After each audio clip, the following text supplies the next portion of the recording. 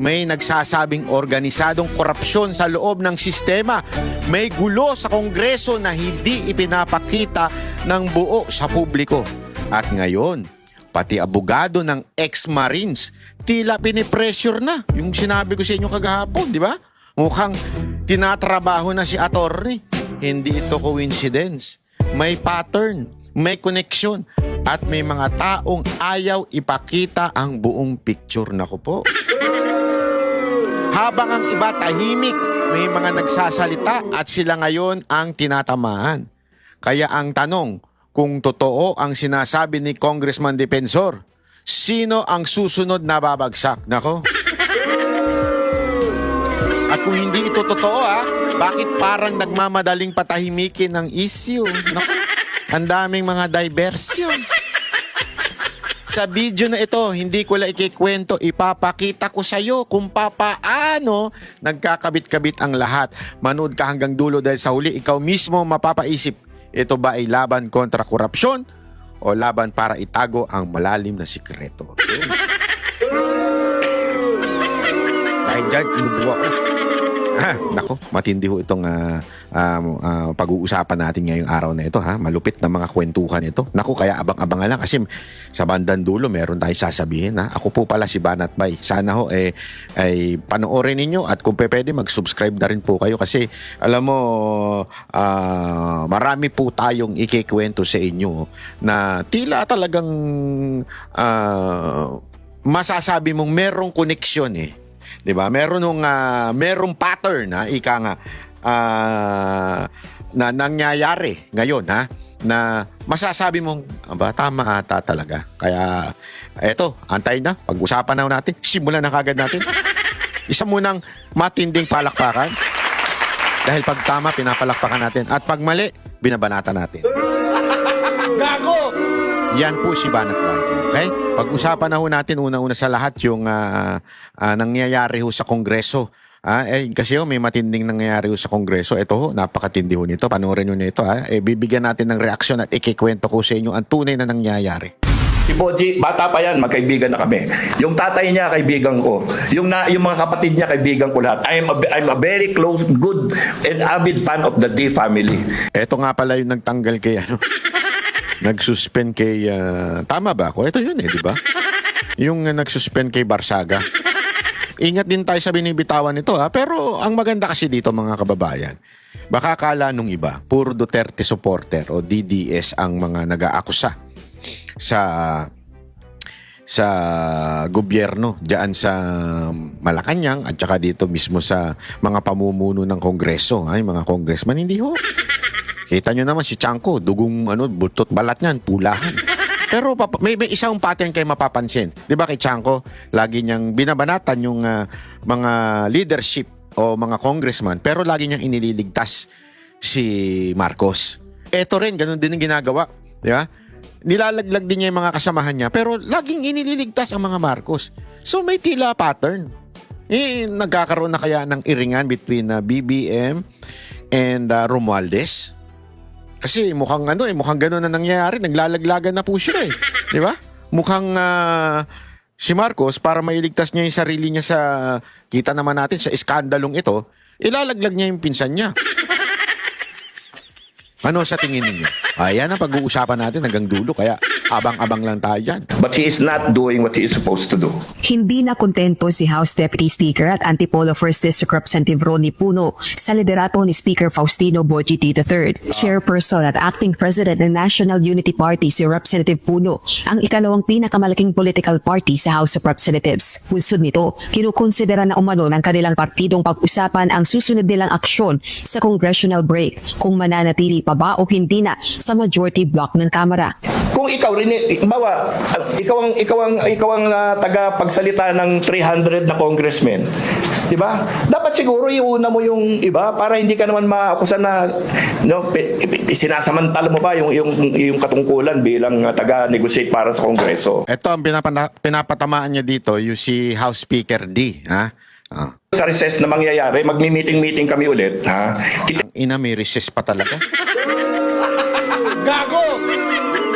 Ang lupit talaga ng mga congressman natin, Habang naghihirap ang mga Pilipino, talaga magre-recess pa sila. Gago!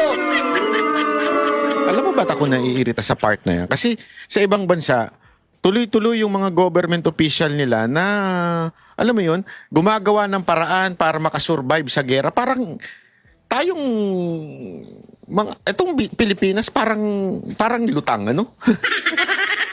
Antindi na ho nangyayari, 'di ba? Lalo na dun sa si Trump, 'di ba? Bumanat ng gera, bla bla bla. Tapos doon sa may isang pangalan, nakalimutan ko na yung na yun, na bawal tumawi doon, ayaw patawirin ng Iran yung mga krudo. Humingi na ng tulong si Trump sa ibang bansa, natulungan sila. Tapos tinanggihan na sila si Trump, tinanggihan ng Japan, tinanggihan ng kung ano-anong bansang hininga niya ng tulong. So ibig sabihin, talagang magkakaroon ng oil crisis, ika nga. Pero tayo, anak ka ng wewe. Anak ka ng wewe. Hirap na yung ating mga TNBS. Hirap na yung ating mga kababayan sumakay kasi marami nang hindi daw bumabiyahe. Ngayon nga, sa totoo lang, aking favorable yun yung nabawasan ng traffic. Pero kawawa ho yung ating mga kababayan. Yung ating mga kababayan, hirap na hong sumakay. Hindi ho ako nagbibiro, hirap na ho silang sumakay dahil marami na ho ang ayaw ng bumiyahe kahit nga yung mga, 'di ba, yung ngayon ang matipid talaga yung mga anong tawag doon, yung tricycle, mga motor taxi, 'di ba? Hirap na nga ho sila. Yan na nga yung last resort para ho magkaroon tayo ng transportation. Nakakaawa ho tayo, sa totoo lang ho. Ako awang-awa ko kasi sa ibang bansa ang sarap maglakad. Yung tren nila, grabe, ang ganda. Di ba? Yung kanilang transportation, yung bus, ang ganda. Maayos ang sistema. Habang tayo, nagtsatsaga na lang tayo sa motor-motor. Tapos eto pa, yung mga motor natin, hindi man lang inaalagaan. No, balita ko nga, may isang motorcycle riding taxi company na ang taas ng ng kanilang 20% o 30% ang kaltas, habang yung iba 10%. Kaya nananawagan ng TNBS, yung presidente ng organisasyon ng TNBS, nananawagan na baka pwedeng i-regulate na at magkaroon na ng batas na gawin na lamang standard, ika nga, 10% ang ibabawa sa mga nagmumotor. Alam mo yung naaawa ko sa totoo lang hindi ako nagbibiro. Ako, nabibuisit ako sa kamote rider nakakabuisit ang kamote rider. Pero ngayon yung nangyayari, naaawa ko sa kanila. Kaya minsan, may init ang ulo. Kaya minsan, nagiging kamote, naghahabol. Kaya tuloy nababangga. Dahil nga naman, halos wala na silang kinikita. Tapos may riding 30% ang hinihingi. 20% ang taas.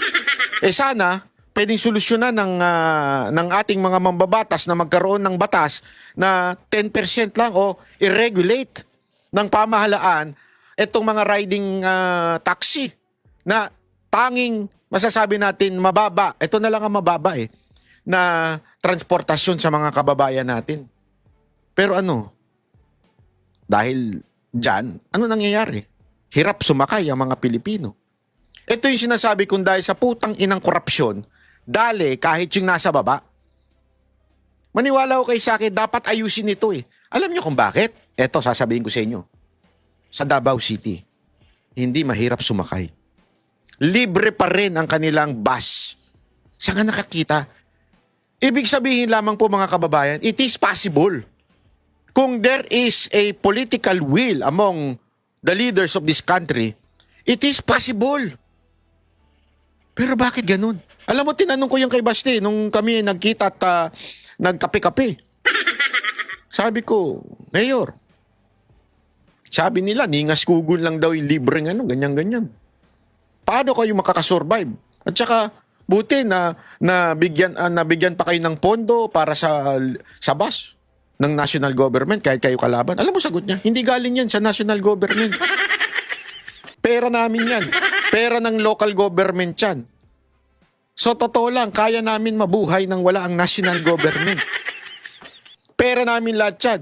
Ang pagpapatakbo, yung libreng bus, pera ng local government. Sabi ko, paano nangyari yun? Hindi, di ba isipin mo mabuti, paano nangyari yun? Kayo mga taga Davao, alam nyo yan. Kayo mga taga Davao, na-experience nyo yan, parang walang crisis sa inyo. Pero bakit dito sa Metro Manila kung nasaan mismo ang national government ay nandito sa Metro Manila ay para tayong kangaroo. Sabi nga, may kangaroo court. Para tayo may kangaroo government. Gago! Paano nangyari? Alam mo kung bakit? Inuuna kasi ang putang inang politika ng mga congressman natin. Ngayon, magre-recess pa. Ito, tingnan nyo kung gaano ka nakakainit ng ulo na kaya tayo napapamura minsan. Iniiwasan ko magmura pero wala tayong magawa eh. Nakakainit ng ulo.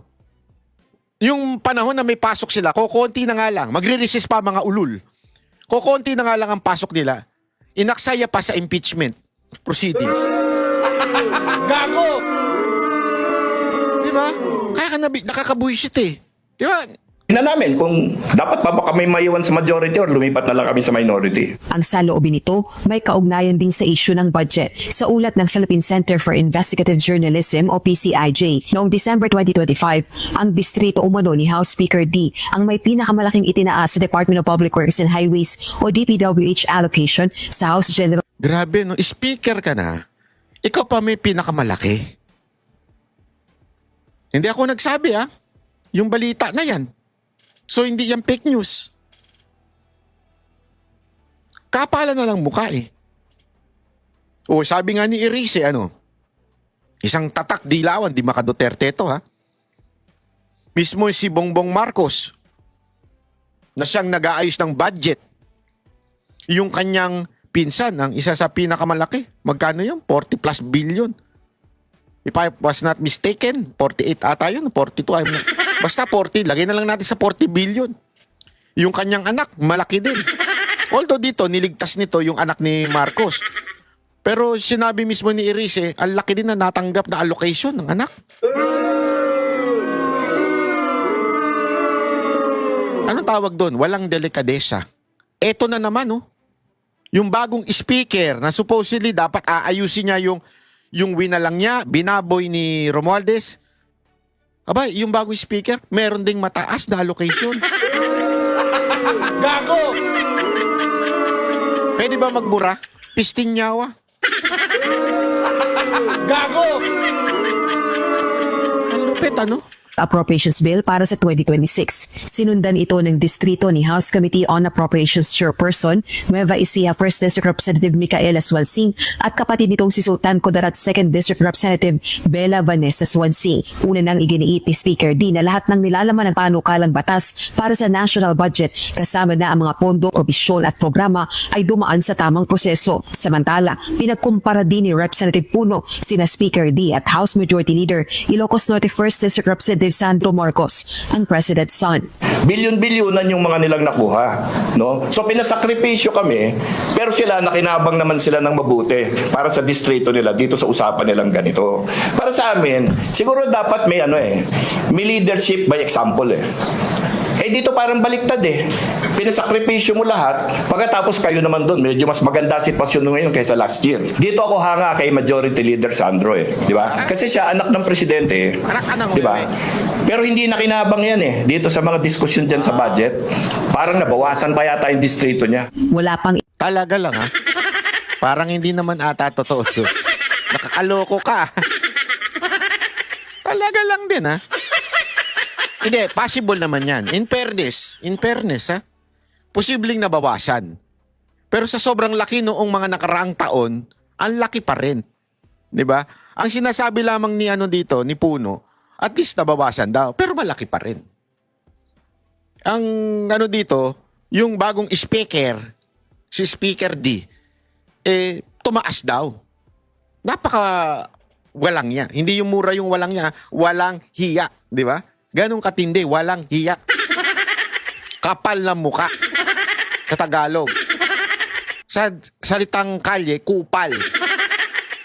Hindi, ini-interpret lang natin para mas maintindihan natin, di ba?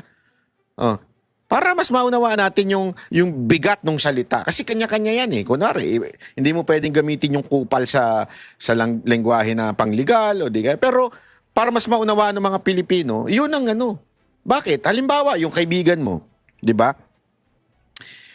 Kaibigan mo na nagpa-contest. Sinong mananalo sa basketball na ito? Merong litro. Kasi naalala ko noon, nagba-basketball kami. Litro lang ang pinag-aawayan namin, nagsusuntukan pa. Di ba? Tapos, ang ano doon, ikaw ang mamimili ng kakampi mo. Ikaw na nga namili ng kakampi mo, ikaw pa naglagay ng referee. Anong tawag mo doon? Kupal.